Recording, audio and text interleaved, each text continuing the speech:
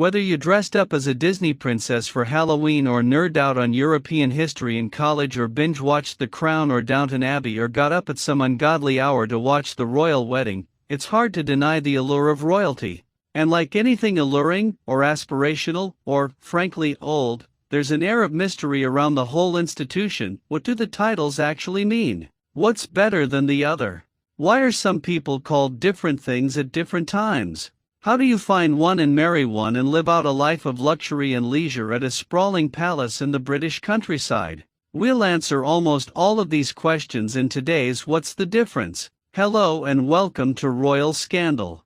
Please do well to like, subscribe, comment and turn on the notification bell so as not to miss out on any news updates. But first, a quick primer. All of the people holding the titles of Duke/Duchess, Marquess/Marchioness, Earl/Countess, Viscount/Viscountess, and Baron/Baroness are part of the peerage of the United Kingdom, and those titles get bestowed directly from the monarch or inherited from an ancestor. Early members of the peerage were vassals of the monarch, or servants who swore an oath of loyalty and received land and/or money in exchange. Over time, they became a class of powerful nobles that served as the beginning of the House of Lords. The highest of the 5 rankings is that of the Duke/Duchess. The term comes from the Latin term dux, which means leader, and until 1337, when King Edward III made his son the Duke of Cornwall, the title actually referred to the sovereign. Now, when a prince gets married, he's usually named a duke. Prince William, for example, was made the Duke of Cambridge when he married Kate Middleton in 2011,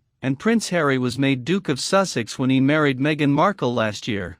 The other current royal dukes are the Queen's first cousins, the Duke of Gloucester and the Duke of Kent, and there are also 24 non-royal dukes, with the oldest bloodline going back to 1397. The next ranking under duke is that of the Marquess/Marchioness. The title was created by King Richard in 1385, and the fact that this new title was above the rank of earls pissed a lot of people off. Even now, it's not a particularly popular title in England.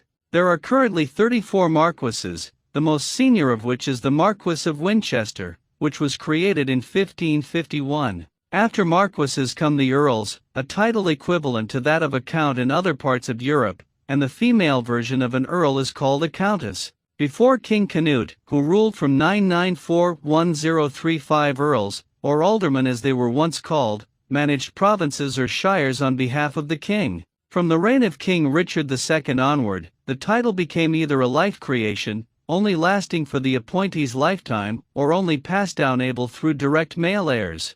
However, some Scottish earldoms can be inherited by a woman and/or pass through a female line, which is why we now have 191 male earls and 4 countesses. The most recent earldom to be created is the Earl of Stockton, which was appointed in 1985, a pretty recent addition, considering how far this stuff goes back. Under earls are viscounts/viscountesses, who historically were their deputies/lieutenants back when they were running their provinces and shires. The title was created in 1440 during the 100 Years' War, when King Henry VI, then the King of England and France, wanted to consolidate the titles of the two countries. Right now there are 115 viscounts, the oldest of which goes back to 1478. The lowest rank in the peerage is that of the Baron/Baroness, which originally referred to a landholding nobleman. Starting in the 13th century, barons were called upon by the monarch to attend the council or parliament, and over time,